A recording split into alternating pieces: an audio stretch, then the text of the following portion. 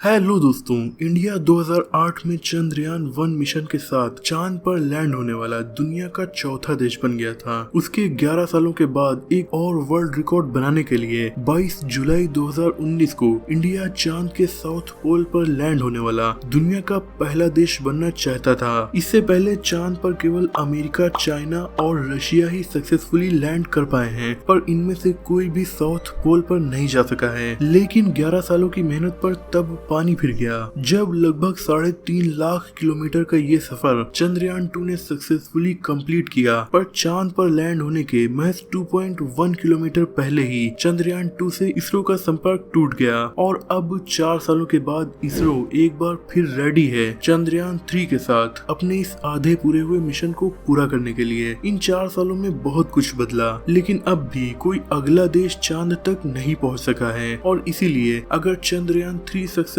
रहा तो इस बार इंडिया दुनिया का पहला देश बन जाएगा जो चांद के साउथ पोल पर लैंड हुआ हो। इसीलिए दोस्तों, अल्फा फैक्ट्स की इस वीडियो में आज हम चंद्रयान 3 के बारे में डिटेल में डिस्कस करेंगे। चंद्रयान 2 से संपर्क 6 सितंबर 2019 में टूटा था और 20 दिनों के बाद उसका मलबा चांद की सरफेस पर दूर दूर बिखरा हुआ पाया गया था। लेकिन अब चंद्रयान 3 बनकर रेडी हो चुका है और सतीश धवन स्पेस सेंटर श्री हरिकोटा में पहुंच चुका है। मौसम 14 जुलाई को काफी ज्यादा सही है, इसीलिए उसी दिन को लॉन्चिंग करने की डेट तय की गई है। इस मिशन में पहला काम है चांद की सरफेस पर सेफ्टी के साथ लैंड करना। ऐसा करना काफी क्रूशियल होगा क्योंकि 2019 में इसी अटेम्प्ट के टाइम चंद्रयान 2 क्रैश हो गया था और 2019 में ही इजराइल ने भी अपना स्पेसक्राफ्ट चांद पर भेजा था पर वो भी क्रैश हो गया था। और इसी साल अप्रैल में जापान ने हकुतो लैंडर चांद पर भेजा था पर वो भी क्रैश हो गया था। इसीलिए इंडिया ऐसा करके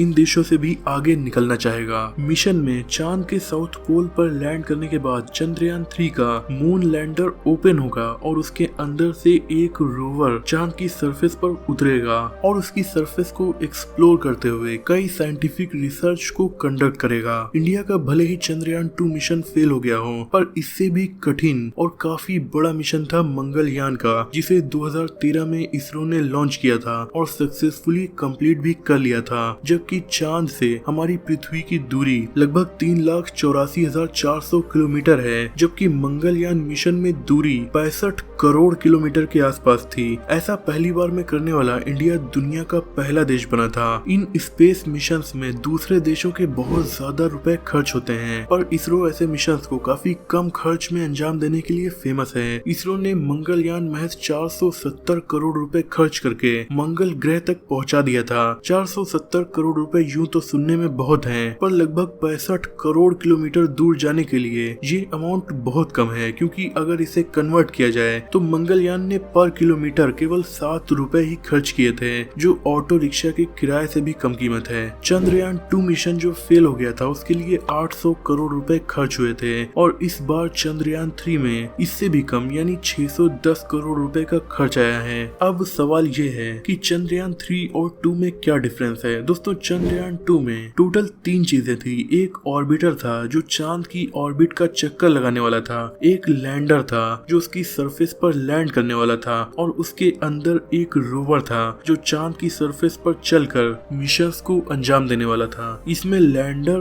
और रोवर टूट गया था, लेकिन ऑर्बिटर सक्सेसफुली चांद की ऑर्बिट में सेट हो गया था और आज भी उससे इसरो का कांटेक्ट बना हुआ है। आज भी वो अपने मिशंस को सक्सेसफुली कर रहा है। इसीलिए चंद्रयान 3 के लिए नया ऑर्बिटर नहीं बनाया गया है, यानी इस मिशन में केवल लैंडर और रोवर है। अब ये दोनों जहाँ पर जाएंगे वो चांद का साउथ पोल काफी खतरनाक जगह है, क्योंकि चांद की इस जगह पर कभी सूरज की लाइट पड़ती ही नहीं। इसीलिए यहाँ पर टेम्परेचर लगभग -166 डिग्री सेल्सियस के आसपास रहता है और अंधेरा होने की वजह से ये क्लियर नहीं है कि यहाँ की सरफेस कैसी है। यहाँ पर कोई लिक्विड तो नहीं मौजूद है। अंदाजे के मुताबिक इस जगह पर हाइड्रोजन काफी मात्रा में पाया जाता है, इसीलिए यहाँ पर लाखों टन जमा हुआ पानी होने की भी संभावना है। इसके अलावा सिल्वर, अमोनिया, मरकरी और सोडियम जैसे एलिमेंट्स भी यहाँ पर हो सकते हैं, जिनके होने के अंदाजे को कंफर्मेशन में चंद्रयान 3 बदल सकता है, ताकि इन फ्यूचर जब इंसान टेक्नोलॉजी को और ज्यादा इम्प्रूव कर ले